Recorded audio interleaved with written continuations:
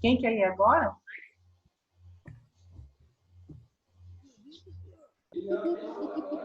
Quer ir, Brian? Sim. Então, bora lá. Show.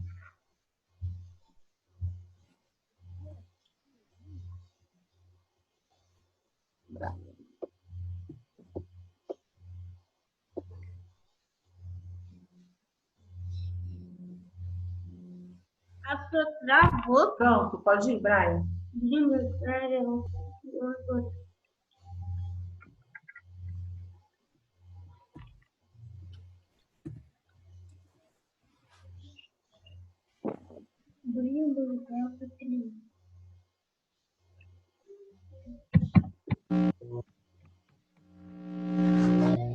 Professora, Oi.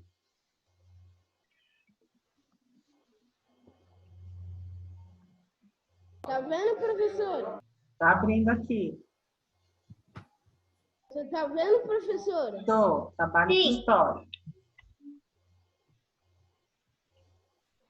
Trabalho de história. Trabalho de história. Colégio Mundial Patriarca, São Paulo, 7/10/2020.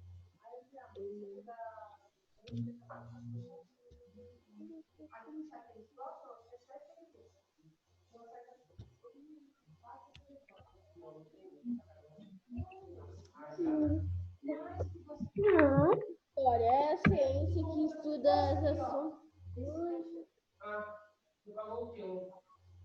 História é a ciência que estuda as ações humanas ao longo do tempo. O trabalho do historiador inclui uma análise minuciosa dos documentos que permitem o estudo do passado. Reunião e análise das informações ou dos conhecimentos sobre o passado e sobre o desenvolvimento da humanidade, de um povo, de uma ciência ou arte, de uma cultura, região ou de um indivíduo determinado. História da matemática, história do Brasil. E aí estão as figuras que representam a história. Certo. Já concluiu? Deixa eu falar. Não era exatamente isso que era a apresentação de hoje. A apresentação de hoje está falando da conquista do Brasil, da história do Brasil, né? Então, aí você me explicou o que é história. Mas hoje a gente está falando sobre a colonização portuguesa. Entendeu? Não exatamente o que é história, qual que é o início da história. Por quê? Porque eles só tinham colocado história. Aí Entendi. Mas tudo bem. Depois eu te mando um e-mail para a gente ver como que a gente pode fazer, mas porque não era bem isso que era a apresentação. Tá bom? Aí a gente conversa. Vamos lá, Maria Eduarda, quer apresentar agora? Então vamos lá. O Brian, coloca a Maria como anfitriã.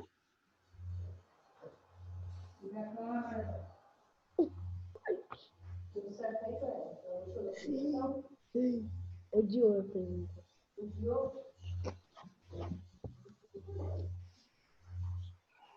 Peraí, professor. Tá bom?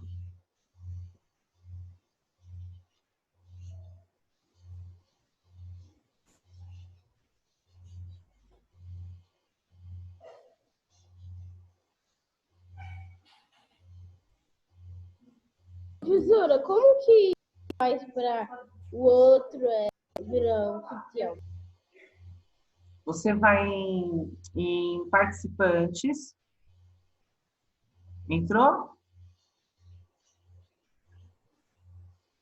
Aí você vai colocar lá no participantes, tem a lista de nomes de quem está na sala.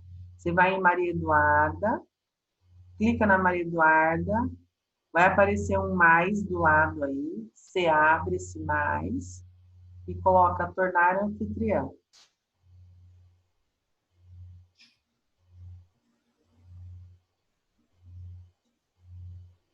Mas Conseguiu? no meu tá em inglês. Ai, meu É o senhor. make host, make host.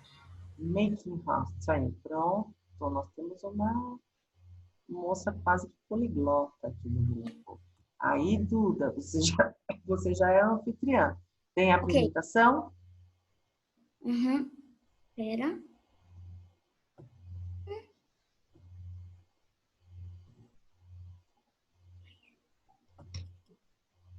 Trazer mais.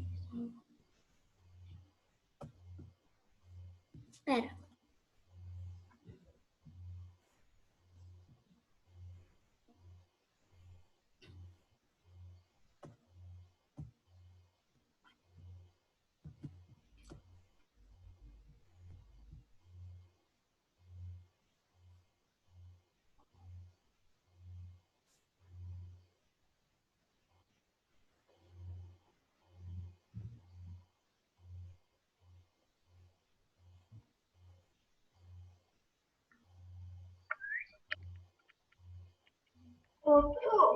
Maria, é no Charlie. Eu sei.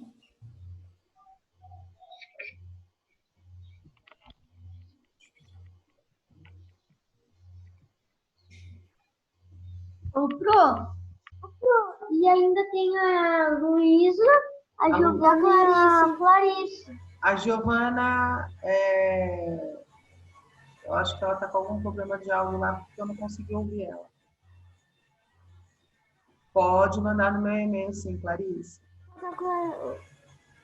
Aí, se eu tiver alguma dúvida, Clarice, Luísa, eu vou perguntar para vocês, tá? Por e-mail. Então, fiquem atentas aí. Porque como vocês não estão apresentando, não estão conseguindo, não vão poder explicar o que entenderam, eu posso fazer algumas perguntas por e-mail para que vocês possam me responder, tá bom? Então, vamos ficar bem atento aí no que vai acontecendo no e-mail. Eu vou compartilhar a tela. Ô, Maria Eduarda, me coloca como anfitriã, por favor, enquanto você vai localizando Não, eu aí. já consegui. Já conseguiu? Então pode começar. Aqui.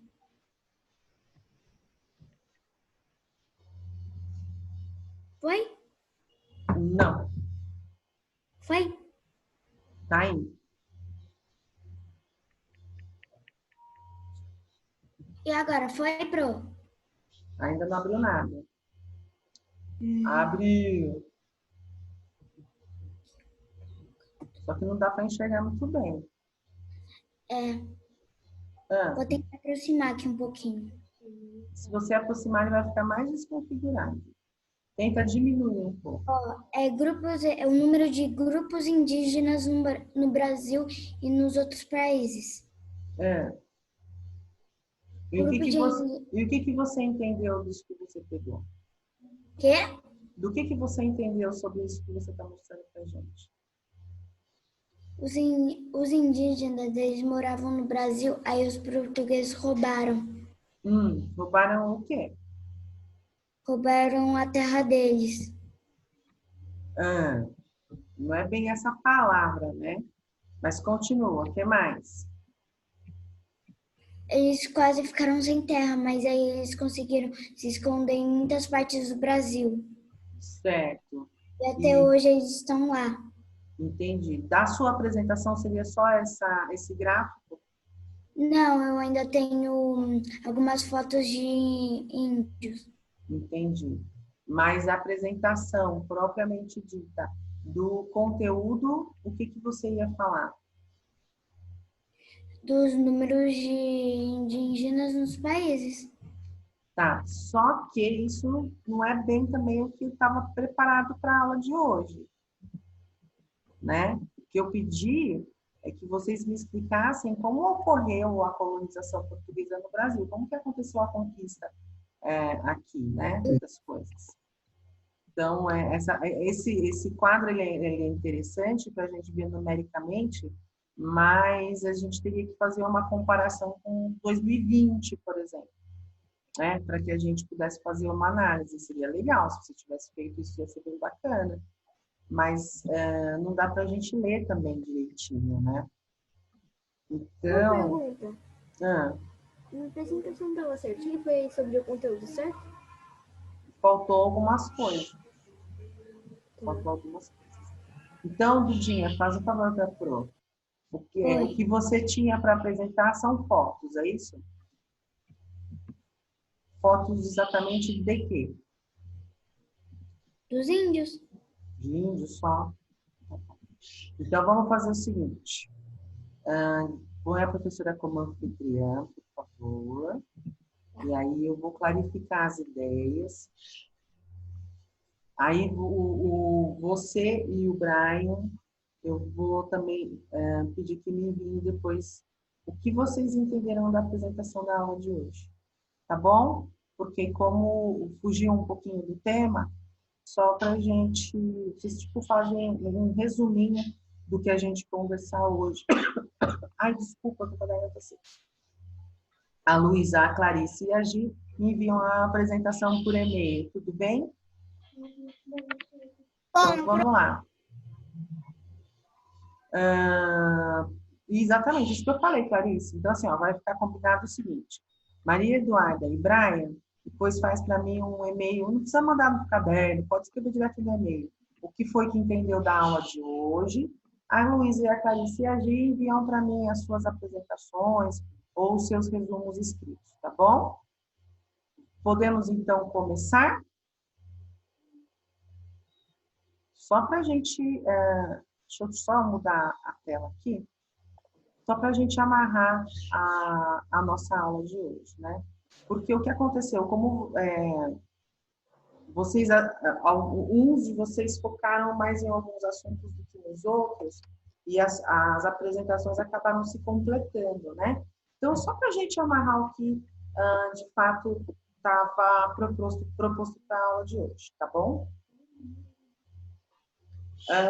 A gente vai falar um pouquinho sobre a conquista do Brasil, né?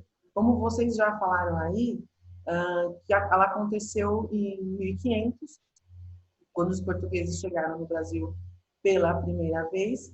Lembrando que os portugueses, quando saíram de lá, né, das suas caravanas de Portugal, eles estavam procurando pela Índia, né? E aí eles chegam ao Brasil e encontram várias pessoas muito diferentes deles, né? Professora, Oi, Luísa. sobre o trabalho tem que falar do pau-brasil, né? Não, senhora, não tem que falar do pau-brasil, não.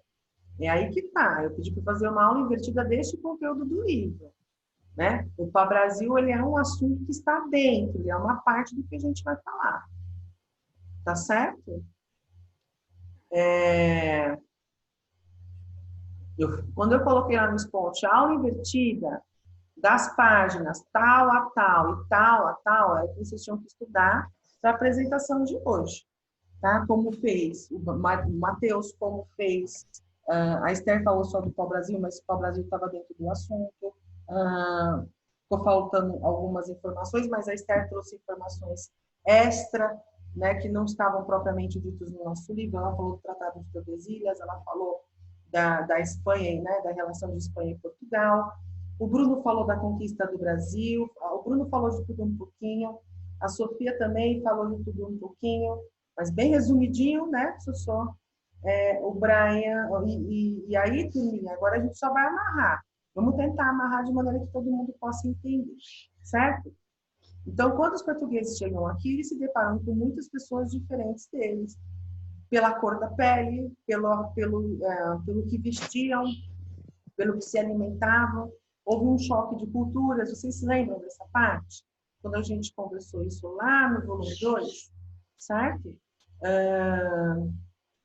A gente falou que eles estavam habituados com um tipo de alimentação, eles estavam habituados com uma alimentação mais fresca, os portugueses não, estavam vindo de Portugal. Então, lembra que a professora falou que o gosto da água era ruim, porque eles estavam acostumados com água fresca, e os portugueses estavam com água armazenada, né? Então, eles tinham um estilo de vida muito diferente, então houve um choque de cultura, né? Quando eles se encontraram, eles perceberam que existia muita diferença entre eles, certo? Só que agora, nesse livro, ele aponta para a gente como tudo isso aconteceu de uma maneira muito melhor.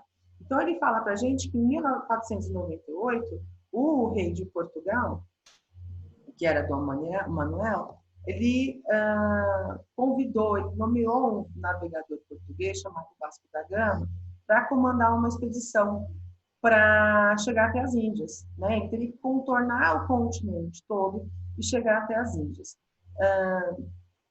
Vasco da Gama e outros navegadores já tinham explorado o litoral da África e foram os primeiros europeus a atingirem a Ásia, né? Fazendo o contorno pela África.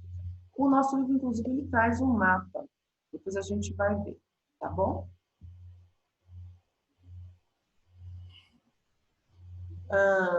Essas viagens que se fazia à procura de novas riquezas e novas terras chamavam-se grandes navegações.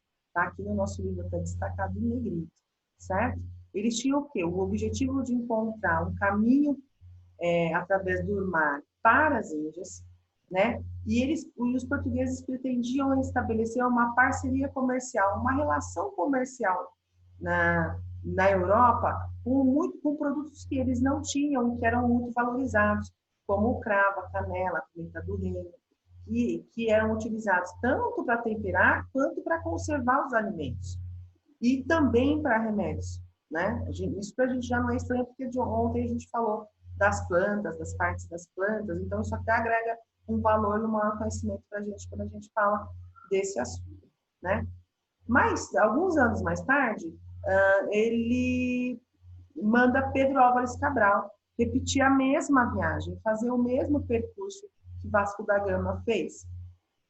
Só que, de alguma maneira, o Pedro Álvares Cabral ele fez um desvio, ele cometeu um erro no percurso e aí ele acaba chegando nas nossas terras, né? Acreditando chegar nas Índias. Então, como é que eu falo? A navegação, a equipe, a esquadra que Pedro Álvares Cabral tinha era de... Tá até falando aqui no livro, deixa eu ver. Aqui, ó. De 10 naus e 3 caravelas. Então, barcos, 3 barcos bem grandes, né? E 10 menores. Então, eles chegam ao litoral da Bahia. Quando eles chegam ao Brasil, eles chegam lá no litoral da Bahia. Só quero reforçar uma coisa para vocês que eu já havia dito. A gente sabe que eles chegam na Bahia, em Salvador, mas naquela época não havia nomes, perfeito? Então, ele acredita estar chegando na Índia, né? Que hoje a gente sabe que ele chegou na Bahia, em Salvador, tá? A gente não sabe exatamente o lugar, mas deve ser algo ali perto de Porto Seguro e de Baía Cabralha, né? Baía Cabralha. E quando ele chega aqui é o dia 22 de abril de 1500. É a data que a gente comemora o descobrimento do Brasil. Certo? Até aqui tudo bem? Sim ou não? Sim. Sim? Eu estou fazendo um pouquinho corridinho para ver se dá tempo de outras coisas. Vamos ver, tá? Aqui a gente tem um mapa, né? Então, deixa eu aumentar o mapa aqui, porque eu acho que assustou. Professora, falta alguns minutos, por causa que no meu não dá para ver. Não, tá tudo dentro do controle. Na hora que estiver faltando 10 minutinhos, eu aviso, tá bom, amor? Tá. Dá para você ver bem o mapa? Tá? Assim, Então, o que acontece? Aqui a gente tem o mapa, né? O mapa mundi, a gente já havia falado isso lá no começo do ano, né? Então, os portugueses, eles saíam de Portugal, faziam esse retorno aqui na África, com o intuito de chegar aqui na Índia. Vocês estão acompanhando comigo? Uhum. Aqui, nós temos os três principais navegadores das épocas das navegações portuguesas, né? Então, a gente tem Bartolomeu Dias, que é essa seta vermelha, então ele Ele não conseguiu chegar até as Índias, percebam que ele faz metade do contorno da África, né? Depois a gente tem Pedro Álvares Cabral, desculpa, vamos ver a verdinha, melhor. Vasco da Gama, que é a verdinha, olha lá, ele sai de Lisboa, ele contorna toda a África, ele faz 3 paradas na África, certo? E chega na Índia e retorna. Professora, ele foi de Portugal de Lisboa para Porto Seguro, depois foi para... Não. Aqui a gente está falando de Vasco da Gama, tá, Sossô? A gente não está falando de Pedro Álvares Cabral ainda, tá bom? Então, o Vasco da Gama, ele é o navegador que consegue fazer exatamente o que Portugal precisa, chegar até as Índias. Quando Portugal manda Pedro Álvares Cabral comete um erro de percurso, né? E chega até, ao invés de ele fazer esse caminho para a Índia, ele chega até Brasil, Bahia, perto ali de Porto Seguro. Certo? Então, aqui a gente tem 3 destinos diferentes de 3 navegadores desta época. Tá? Quando Cabral chega aqui, ele primeiro nomeia a região como Ilha de Veracruz, depois passa a ser Terra de Santa Cruz, e para muitos anos depois, em virtude da descoberta do pau-brasil, né, do qual a Esther falou muito bem, né, a gente conhece, essas terras passam a ser chamadas de Brasil. Mas na descoberta ela passa a ser chamada de Ilha de Veracruz. Ok? Vamos ler esse textinho aqui todo mundo junto? Olha lá. A chegada dos portugueses vista pelos indígenas. A chegada dos portugueses representou para os índios uma verdadeira catástrofe. Vindos de muito longe, com enormes embarcações, os portugueses, e em especial os padres, foram associados na imaginação dos tupis aos grandes xamãs que andavam pela terra, de aldeia em aldeia, curando, profetizando e falando de uma terra em abundância. Os brancos eram, ao mesmo tempo, respeitados, temidos e odiados como homens dotados de poderes especiais. Quer dizer, quando os índios chegam, quando os portugueses chegam ao Brasil, né, como a gente já havia falado, existe aquele confronto de culturas, porque os hábitos eram muito diferentes, o hábito da maneira, como se vestiam, como se alimentavam, né? Eles não conseguiam se entender porque as línguas eram diferentes, e também existia um temor, um medo desta relação, né? Os indígenas respeitavam os portugueses, mas os temiam, tinham muito medo deles e também os odiavam. E a gente vai entender por que nas próximas páginas, tá bom? Se eu estou falando muito rápido, vai me parando e me perguntando. Agora eu vou dar um tempinho aqui nesse texto e vou parar para o conteúdo, porque aí a gente faz, se houver tempo, os exercícios aqui. Tá? Vamos continuar para a gente não perder a linha de raciocínio. Então, aqui a gente tem uma obra de Benedito Calixto, que ela retrata a fundação de São Vicente, que mostra para a gente o trabalho dos portugueses, o trabalho não, né? A colonização dos portugueses, né? A gente tem aqui as naus portuguesas, certo? Os portugueses aqui extremamente vestidos, vocês conseguem ver, né? E aqui a gente tem os indígenas daquela época, né? Vejam vocês que quem está trabalhando aqui? O que vocês estão vendo? Quem está trabalhando aí? Quem aparentemente está trabalhando efetivamente? Os índios. Os índios, né? Então, a gente vai entender o quê?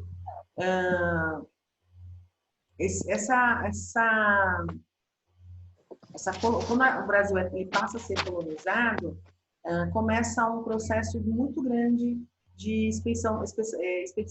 expansão marítima de Portugal, né? Porque aí Portugal descobriu uma nova terra. Então, ele estendeu os seus reinados, né? Ele passa, então, a reinar também sobre o Brasil. essa conquista comercial com o Brasil e com o Oriente é muito interessante para a coroa portuguesa, ou melhor, é muito mais interessante Portugal ter uma relação com a Índia, com o Oriente, que é a Índia e a Ásia, do que propriamente com as terras brasileiras, porque até então eles não sabiam quais eram as riquezas que aqui tinham, né? Então, eles passam a explorar as riquezas que aqui tem em benefício próprio. Inicialmente, não é para comercializar, porque aqui não tem cravos e canelas, aqueles temperos que eles estavam usando. Eles vão passar a descobrir o pau-brasil e vão começar a ter como única atividade econômica a extração do pau-brasil aqui, né? Porque aí o pau-brasil, como bem disse a Esther na apresentação dela, ele é utilizado para atingir tecidos, era utilizado para construção de ornamentos, coisas para as casas, né? E, inclusive, como a Esther também falou, e a gente também tinha visto, é uma ótima madeira para instrumentos musicais, certo? Essa exploração do pau-brasil, ela só acontece porque existe a colaboração dos indígenas, né? E a gente também já havia falado isso, acho que no volume 2 ou no volume 3. Vocês se lembram que os indígenas, eles passam a prestar serviço para os portugueses, quando os portugueses faziam o pagamento com objetos de menor valor, né? Então, Então, os índios, eles passavam a trabalhar para os portugueses em troca de coisinhas como espelho, como chocalho, como pente, como apito, né? Então, eles trabalhavam muito e recebiam esse tipo de, entre aspas, de pagamento pelo seu trabalho. Só que com o passar do tempo, os portugueses passaram a dominar de tal maneira e explorar tanto o pau-brasil, que não era mais interessante ficar dando esses pequenos presentinhos aos indígenas. Então, eles passam a escravizar a mão de obra indígena, né? Só que junto com os portugueses chegam também os jesuítas. Deixa eu ver se é já na próxima página. Né? Junto com os portugueses chegam os jesuítas. É isso mesmo, a professora estudou hoje de manhã, né? Porque de manhã agora passou muita coisa. Então, o que acontece? Os jesuítas começam a cristianizar os indígenas, né? Eles começam a educar os indígenas dentro dos conhecimentos cristãos, dentro da Igreja Católica. E essa relação para os portugueses não é bom, porque os jesuítas acabam de uma forma ou de outra protegendo os indígenas da escravização, certo? Para vocês entenderem, os jesuítas, eles tinham uma religião católica e eles faziam parte da Companhia de Jesus quando eles chegam ao Brasil, tá? Inclusive, é pela Companhia de Jesus que chega também a escolarização. As primeiras escolas chegam através da Companhia de Jesus, através dos jesuítas. Então, os jesuítas, de uma certa maneira, de uma determinada forma, eles tinham tanto o objetivo de cristianizar os indígenas, né, como também de protegê-los. Mas esse protegê-los não era exatamente cuidar deles, tá? Era porque eles também viam dentro dessa população meios de conseguir, que palavra que eu vou falar? Fugiu aqui. Os índios, eles tinham conhecimentos de técnicas de plantio, né? Então, os jesuítas também, vamos dizer assim, também utilizavam a mão de obra dos indígenas em benefício próprio. Então, para Portugal, não era tão interessante ter os jesuítas aqui no Brasil, porque, de uma certa forma, eles estavam protegendo os indígenas, mas também estavam usufruindo da mão de obra dos indígenas. Eles também faziam com que os indígenas trabalhassem para eles. Então, Quanto mais índios os jesuítas tinham, né, mais os portugueses, menos os portugueses podiam escravizar. Então, isso acabava entrando num grande confronto, porque os portugueses precisavam dos índios para trabalhar e eles terem um maior número de extração, por exemplo, de riquezas no Brasil. E os jesuítas não tinham essa intenção, certo? Ficou claro para vocês que a relação da coroa portuguesa com os jesuítas era um pouco conflituosa por causa disso, porque tinha os índios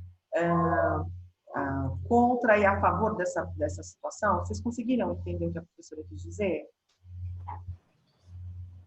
Sim. Sim? Sim. Tá.